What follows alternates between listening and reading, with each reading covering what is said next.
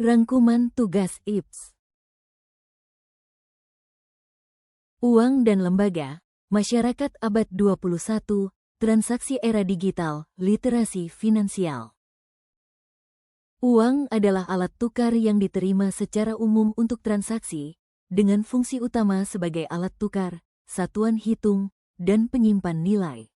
Lembaga keuangan adalah badan usaha yang berperan sebagai perantara untuk mengelola aliran dana, mulai dari mengumpulkan dana dari masyarakat, simpanan, investasi, lalu menyalurkannya kembali sebagai kredit atau pembiayaan, seperti bank, asuransi, pegadaian, dan reksadana.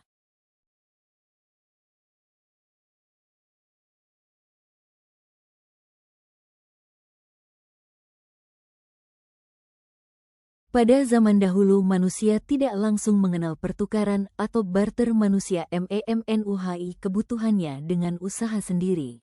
Akhirnya manusia mencari barang yang tidak bisa diperoleh dengan melakukan pertukaran. Namun karena terlalu menyusahkan manusia membuat alat tukar baru, seperti DIZAMAN Romawi menggunakan garam sebagai alat tukar namun tetap sulit karena tidak mempunyai nilai tukar sehingga sulit disimpan. Muncullah uang logam yang tidak seperti alat tukar sebelumnya. Uang logam memiliki nilai tukar YABG pasti namun karena berat dan sulit disimpan terciptalah uang kertas SEBGAI alat tukar yang memiliki nilai pasti dan ringan dan mudah dibawa. Uang logam terbuat dari logam dan biasanya bentuknya mudah dikenali, tidak mudah hancur, tahan lama, dan dapat dibagi menjadi pecahan kecil. Uang kertas, uang yang terbuat dari kertas dengan gambar dan cap tertentu yang sah diakui negara, berbentuk lembaran dengan pecahan yang lebih besar dari uang logam. Uang kartal, uang yang dikeluarkan oleh negara berdasarkan undang-undang yang berlaku sebagai alat transaksi yang sah terdiri dari uang logam dan kertas. Uang giral, merupakan dana yang disimpan dalam koran-koran bank umum dan dapat digunakan sewaktu-waktu dengan PRANTARA cek biljet, giro atau pemerintah membayar. Fungsi uang adalah sebagai alat tukar, satuan hitung, penyimpan nilai, dan standar pembayaran di masa depan. Sementara itu, lembaga keuangan, seperti bank dan non-bank, berfungsi menghimpun dana dari masyarakat, menyalurkannya kembali untuk investasi dan kredit, menciptakan serta menyediakan likuiditas, dan memfasilitasi berbagai transaksi ekonomi. Fungsi uang adalah sebagai alat tukar, satuan hitung, penyimpan nilai, dan standar pembayaran di masa depan.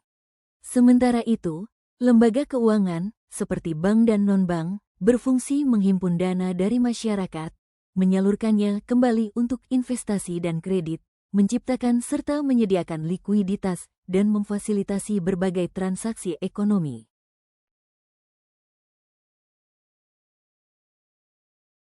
Masyarakat abad ke-21 adalah masyarakat jaringan, network society, yang ditandai oleh keterhubungan yang lebih besar antar individu, tempat kerja, dan organisasi melalui teknologi informasi dan komunikasi, TIK. Keterhubungan ini memungkinkan masyarakat untuk lebih individualistis dan terglobalisasi secara sosial dan spasial, dengan komunikasi lintas batas menjadi lebih mudah dan organisasi yang dapat mengakses jaringan yang lebih luas untuk mengatasi masalah spesifik. Masyarakat abad 21 adalah masyarakat jaringan yang ditandai oleh perubahan dari era industri ke era informasi, di mana struktur sosial, komunikasi, dan organisasi didominasi oleh teknologi informasi dan komunikasi, TIK, seperti internet. Dalam masyarakat jaringan, komunikasi menjadi terintegrasi, interaktif, dan terus-menerus berkat penggunaan kode digital, yang memungkinkan orang-orang terhubung secara terus-menerus. Masyarakat abad ke-21 adalah masyarakat jaringan, yang struktur dan aktivitasnya diatur oleh jaringan digital dan mikroelektronika. Konsep ini menekankan peran sentral teknologi informasi, TIK, terutama internet, dalam membentuk interaksi sosial, ekonomi, dan budaya yang baru. Selain itu, ia juga memperkenalkan konsep mass self-communication, sebagai bentuk komunikasi baru yang interaktif, memungkinkan pertukaran pesan secara bersamaan dan real-time. Contoh prinsip interaksi abad 21 dalam kehidupan sehari-hari meliputi penggunaan media sosial dengan etika, seperti tidak menyebarkan hoaks atau cyberbullying, kolaborasi daring untuk pekerjaan atau proyek, menghargai privasi saat berinteraksi di dunia maya, serta menggunakan teknologi untuk terhubung dan berinteraksi secara global, kata akupintar.id dan vida.id. Prinsip-prinsip ini mencerminkan nilai-nilai seperti penghormatan, kolaborasi, dan kesopanan dalam konteks digital.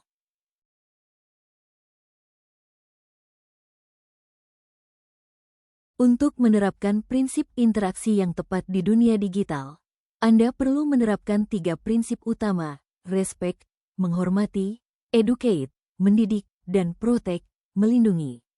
Ini berarti Anda harus menghormati pengguna lain dengan sopan, menjaga privasi, dan tidak melakukan cyberbullying, mendidik diri sendiri dan orang lain tentang penggunaan teknologi yang bertanggung jawab dengan tidak menyebarkan hoaks, dan melindungi diri sendiri serta orang lain dari bahaya online dengan menjaga keamanan akun dan melaporkan konten yang tidak pantas.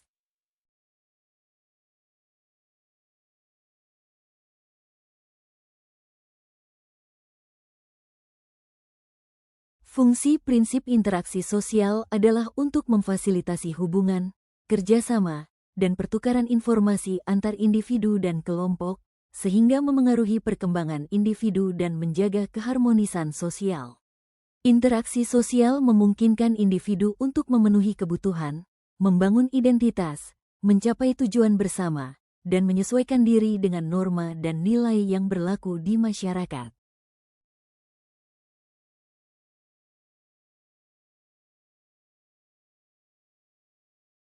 Literasi finansial adalah kemampuan individu untuk memahami dan mengelola keuangan secara efektif, termasuk pengetahuan dan keterampilan dalam hal anggaran, menabung, investasi, dan risiko.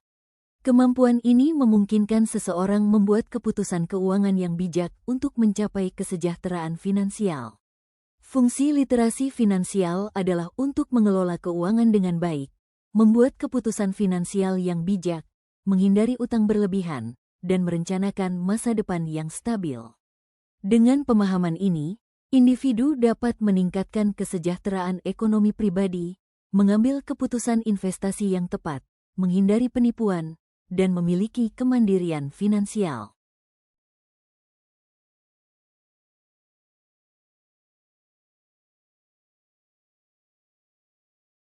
Keputusan keuangan yang lebih baik. Literasi finansial membantu individu membuat keputusan yang lebih baik mengenai uang, baik dalam hal menabung, berinvestasi, atau mengelola utang. Meningkatkan kemandirian finansial, dengan pengetahuan yang tepat, seseorang dapat mengatur keuangan mereka sendiri tanpa bergantung pada pihak lain. Perlindungan dari penipuan keuangan, memahami produk finansial membantu individu menghindari risiko penipuan dan investasi bodong. Persiapan pensiun, literasi finansial yang baik memungkinkan seseorang merencanakan masa depan mereka dengan matang, termasuk mempersiapkan dana pensiun.